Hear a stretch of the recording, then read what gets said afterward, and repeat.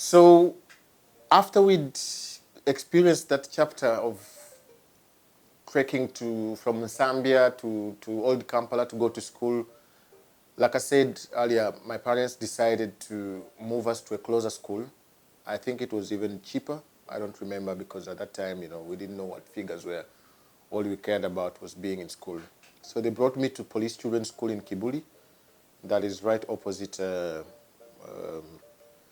police training school in Kibuli. And there my journey started. I think I was in primary two. Yeah, primary two, that when I joined Police Children's School. And I will never forget, if it hadn't been that I went to that school, to Police Children's School, I don't think I would be the person I am today. Police Children's School really shaped me.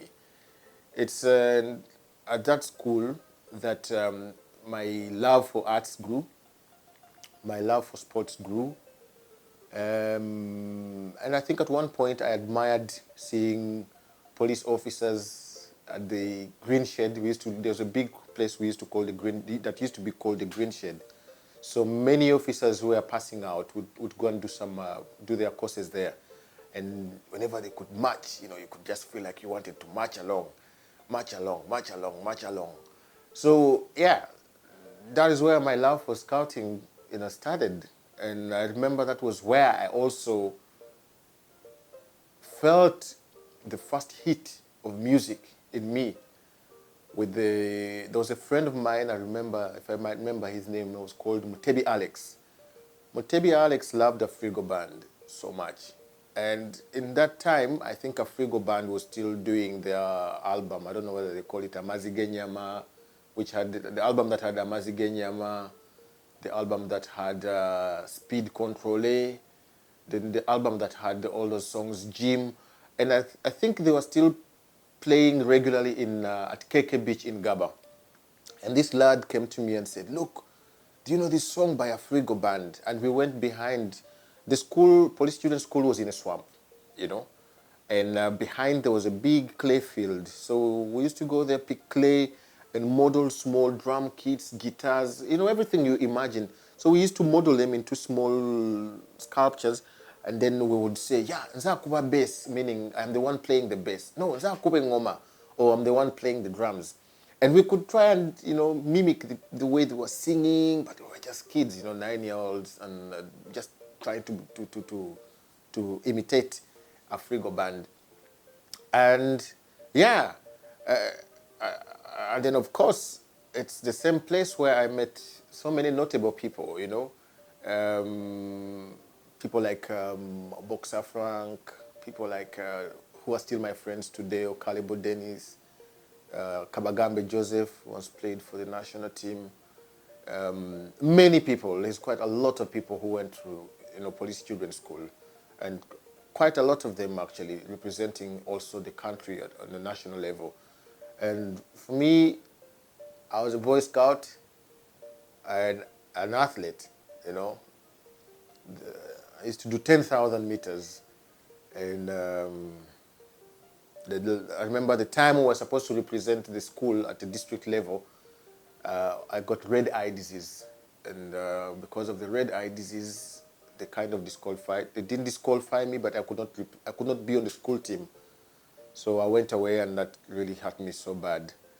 But again, still at Police Children's School is when, again, my love for cinema, started. Because around the 90s, the World Cup 1990, my parents had bought a black and white 14-inch Supra television set. And the reason why they bought the television set was because my parents didn't like it so much, us hanging out at the neighbors, always watching TV, and we would always be kicked out because we were dirty, we were shabby. And my mom kind of felt like, I think it's time for my kids to really also have a place where they can just sit and relax. So that 1990s World Cup brought us a black and white television set. And of course, that was the beginning. Like I said, the curtains had dropped. It was 1990, Berlin Wall down. Things are starting to change. My parents, getting better conditions. slowly starting to have more decent meals. And around 92, I remember my parents bought a video cassette. It was a Sony. And my mom loved Zairean music, or we call it Congolese music. So she always stocked video cassettes from, I think it was called Hair Video Library on Kampala Road. So my mother used to go there and she could rent the video cassettes and bring them home. So one of the things that I started with was dubbing them. You know, I could just dub them with another video cassette from a neighbor, and we could dub the movies and put them there, and then we return the cassettes back. So then we could have our own copies. So it was at that time that I met one of my very good friend, now late, may his soul rest in peace, Moshin Juma. And there was another one, Paul Luguza, and a couple of other people. And these guys used to come all the way from Kibuli and cross through the barracks and come to our home, just to watch some Rambo movies, Schwarzenegger movies.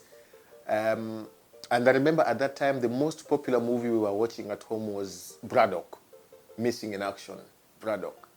And I remember there was once, I think one guy, he really had beef with me. I don't know why. So I think he mistreated me at school. And I told him, look, you want to watch a movie today? Because we were the only ones on our block who had a video deck. So we could watch movies. Other people used to wait for the television to turn on at 6, but we had a deck, we could watch movies. So this guy goes back to school and says, I am one of the spoiled guys who are influencing young people to watch movies. You should know that at that time, watching movies was almost like a sin. So anyone who watched a movie at that time, anyone who showed any interest in arts at that time was looked at as a crook, was looked at as someone who would fail in life, was looked at as someone who had no life.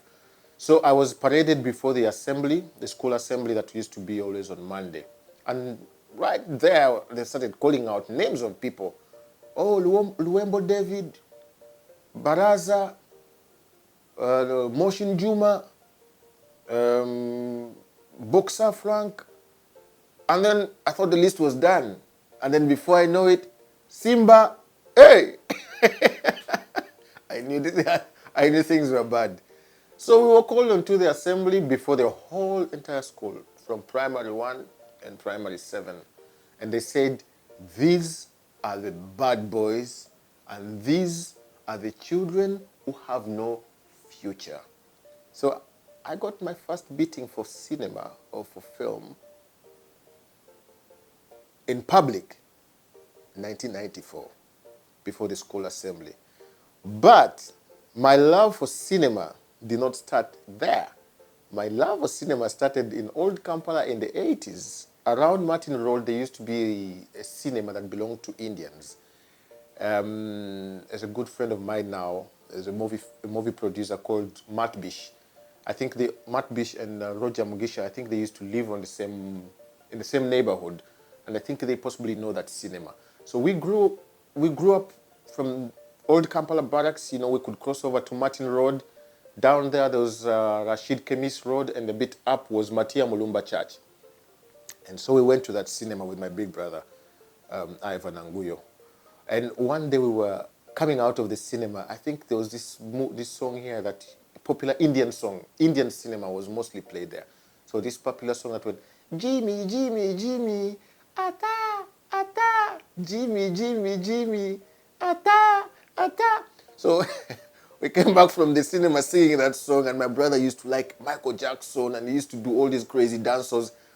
So he was breaking, and then my dad on a bicycle was following us behind. So the moment we saw this Musei coming with his bicycle, we started running. But you know, as kids, we were stupid. We didn't realize that he had seen where we branched off. So we went through the alleys and ran and went back home and pretended like my dad, like he hadn't seen us. So when he came, he said, where have you guys been? I was like, no, we've been home the whole day. So we were lying to him, of course. And that was the first time I was punished for watching movies or for watching cinema. Because at that time, honestly speaking, if you were somebody who was watching cinemas at 8, 7 years, watching movies, you are considered a loser. You know, you are considered someone who had no future. So it's hard, it's tough to say or imagine that this child that was punished at 7 years would later on be the same person whose life would be, you know, around arts and film and music, you know, and culture. And it all explains why my life is not a mistake. You know, my life has been categorically designed, and I've had to go through all these phases throughout my time to be here. So I don't know any other life besides being myself, you know. Sometimes I've been discouraged by relatives or even dear friends, you know, telling me, what are you doing? That is not going to bring you anywhere in life. But my question is, why do we all have to be following the same thing? Why do we all have to be chasing the same dreams? This is my life. You have your own. You know, why don't you just mind your own business, you know? Because honestly speaking, I'm comfortable in my own lane. Why should I therefore cross to your lane simply because you're a such and such and such a person, you know? If you're a doctor, good for you. Be a doctor. I'll come to you, pay my bills, get treated, you know? If you're a lawyer, good for you. Wait for me until I commit a crime, and then you'll make money off me. But then I don't find it right, you know, when we try to push people to be something they are not. We all have a reason, and everybody has got a mission. Life is not a competition, you know. You don't expect me to be you, and don't expect me, or I don't expect you to be me. But we can meet midway, and that's the way humanity works, you know, by appreciating and respecting each other.